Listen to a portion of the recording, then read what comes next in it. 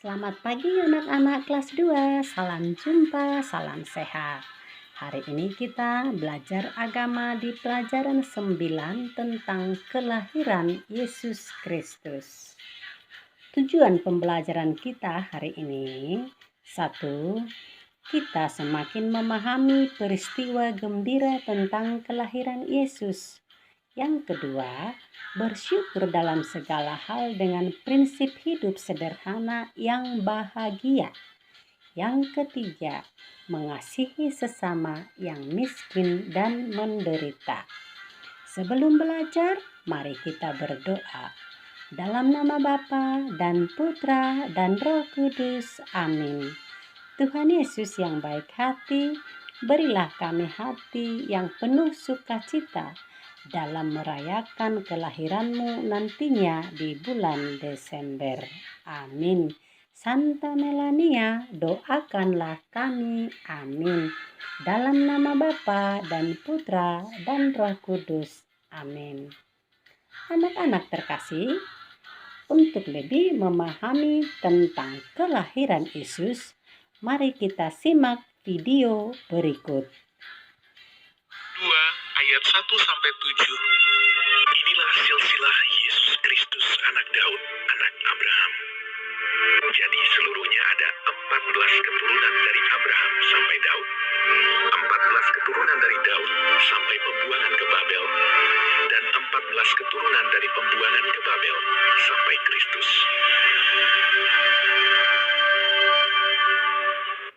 Kelahiran Yesus Kristus adalah seperti berikut. Pada waktu Maria ibunya bertunangan dengan Yusuf, ternyata ia mengandung dari Roh Kudus sebelum mereka hidup sebagai suami istri. Karena Yusuf suaminya seorang yang tulus hati dan tidak mau mencemarkan nama istrinya di muka umum, ia bermaksud menceraikannya dengan diam-diam. Tetapi ketika ia mempertimbangkan maksud itu, malaikat Tuhan nampak kepadanya dalam mimpi dan berkata, "Yusuf anak Daud, janganlah engkau takut mengambil Maria sebagai istrimu, sebab anak yang di dalam kandungannya adalah dari Roh Kudus. Ia akan melahirkan anak laki-laki, dan engkau akan menamakan dia Yesus, karena dialah yang akan menyelamatkan umatnya dari dosa mereka." Sesudah bangun dari tidurnya, Yusuf berbuat seperti yang diperintahkan malaikat Tuhan itu kepadanya. Ia mengambil Maria sebagai istrinya. Pada waktu itu, Kaisar Agustus mengeluarkan suatu perintah, menyuruh mendaftarkan semua orang di seluruh dunia. Demikian juga Yusuf pergi dari kota Nazaret di Galilea ke Yudea, ke kota Daud yang bernama Bethlehem, karena ia berasal dari keluarga dan keturunan Daud, supaya didaftarkan bersama-sama dengan Maria, tunangannya yang sedang mengandung. Maka pergilah semua orang mendaftarkan diri masing-masing di kotanya sendiri. Kota itu menjadi ramai sekali. Tidak ada penginapan untuk Yusuf dan Maria. Akhirnya, Yusuf menemukan sebuah tempat untuk menginap, sebuah kandang binatang. Ketika mereka di situ, tibalah waktunya bagi Maria untuk bersalin. Dan ia melahirkan seorang anak laki-laki, anaknya yang sulung. Lalu dibungkusnya dengan lampin dan dibaringkannya di dalam palungan. Hal itu terjadi supaya genaplah yang difirmankan Tuhan oleh Nabi. Sesungguhnya anak darah itu akan mengandung dan melahirkan seorang anak laki-laki. Immanuel, Allah menyertai kita. Dan Yusuf menamakan dia Yesus.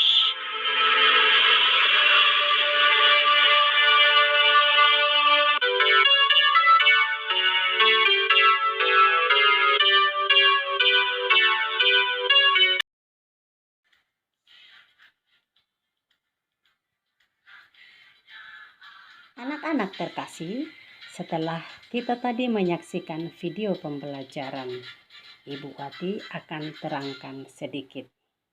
Coba kamu amati gambar ini. Ketiga gambar ini, manakah sebaiknya yang ada dan tepat untuk mengenang peristiwa Natal?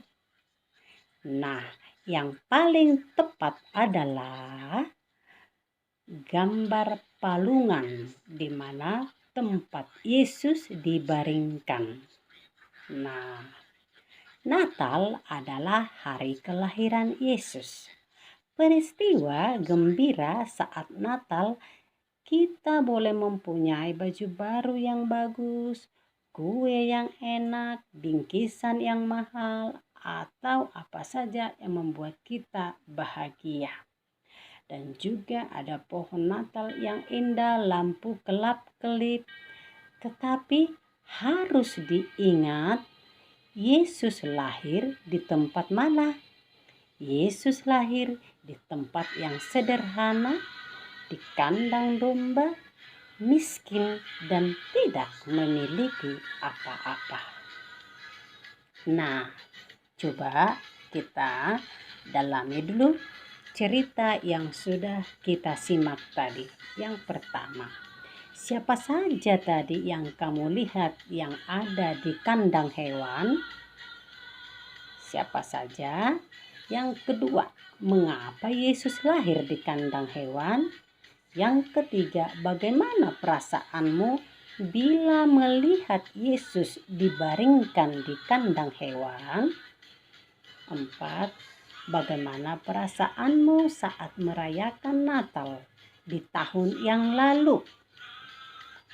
Nah, yang kelima, apa yang ingin kamu katakan kepada bayi Yesus nanti di bulan Desember ketika kita nanti sudah merayakannya kembali? Tulis jawabanmu di buku catatan agamamu.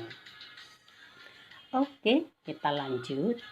Yesus lahir dalam kesederhanaan, di kandang domba dan dibaringkan di palungan, tempat makanan ternak. Untuk apa?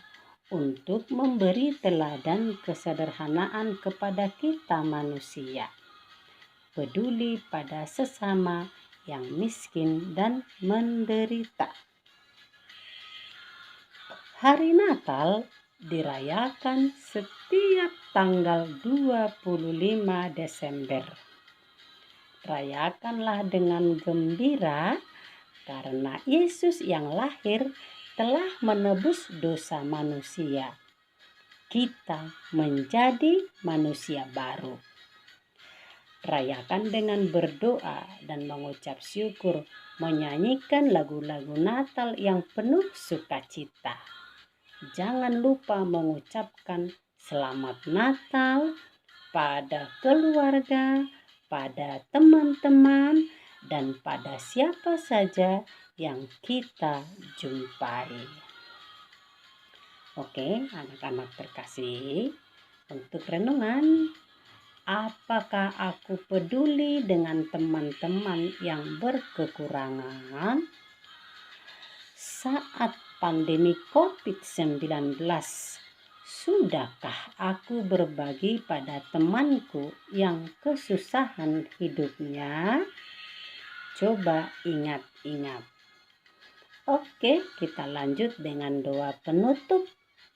Kita berdoa dalam nama Bapa dan Putra dan Roh Kudus. Amin. Tuhan Yesus, terima kasih Engkau lahir untuk kami. Berkatilah kami untuk mampu mewartakan damai bagi semua orang. Amin. Santa Melania, doakanlah kami. Amin. Dalam nama Bapa dan Putra dan Roh Kudus. Amin. Selamat belajar, Tuhan memberkati.